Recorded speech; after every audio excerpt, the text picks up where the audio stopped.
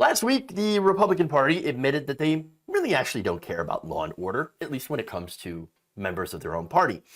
In a censure vote against GOP representatives Adam Kinzinger and Liz Cheney for taking part of the House Select Committee's investigation of January 6th attack, the RNC, Republican National Committee, passed a resolution saying the two lawmakers were participating in the persecution of ordinary citizens engaged in what they called legitimate political discourse. Ah, yes, legitimate political discourse.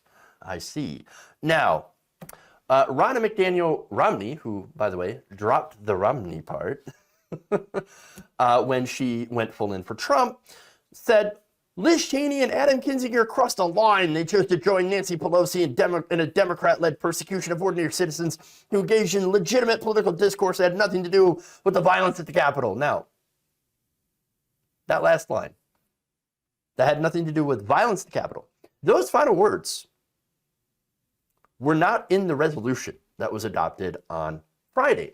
So that resolution actually almost went stronger and would have basically kicked them out of the conference, out of the party, essentially. They didn't go in that direction.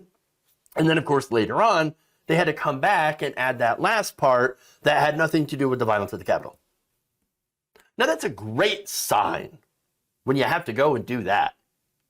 It kind of shows a teeny tiny little bit of self-awareness on their part. You know what I'm saying? Now, unfortunately, of course, that distinction does nothing because, as we know, the people who are being charged did do crimes, literally did crimes. Trespassing is a criminal offense. Disrupting official proceeding is a criminal offense. Parading and picketing within a Capitol building, also a criminal offense. Now, a lot of that stuff, of course, is misdemeanors.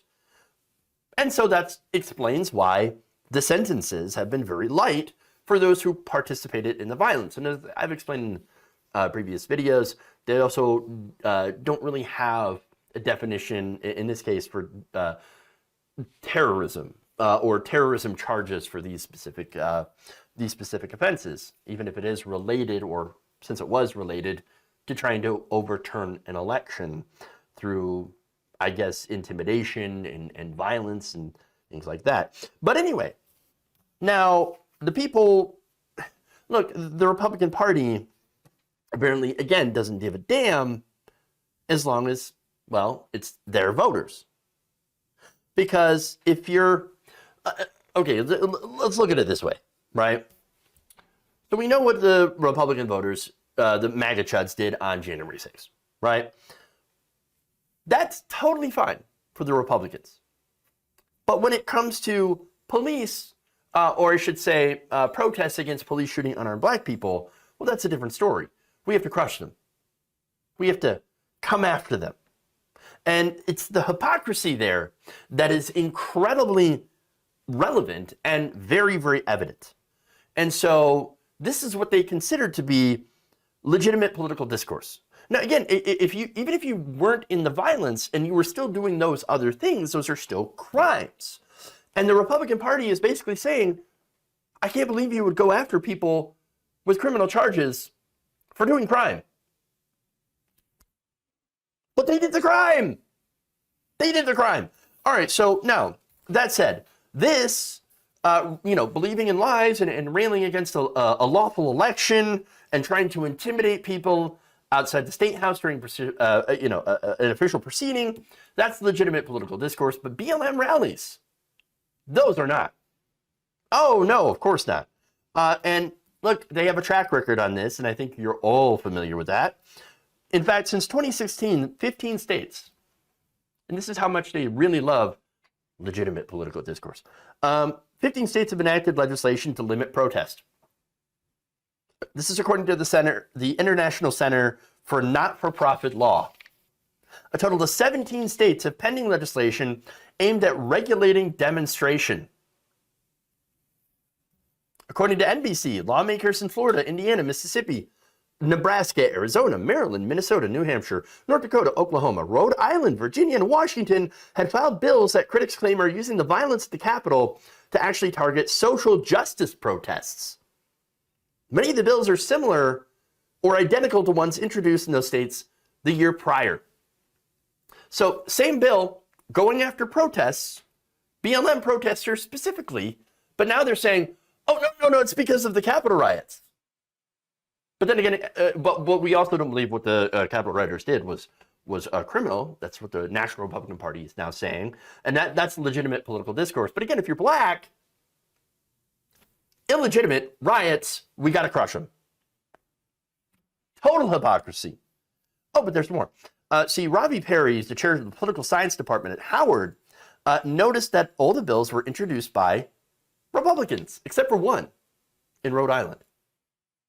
2/3 of the states are controlled by Republican governors and or Republican state legislatures, he said, and they are interested in cracking down on what they perceive to be the unruliness of Black Lives Matter protests, or just, let's just be honest, right?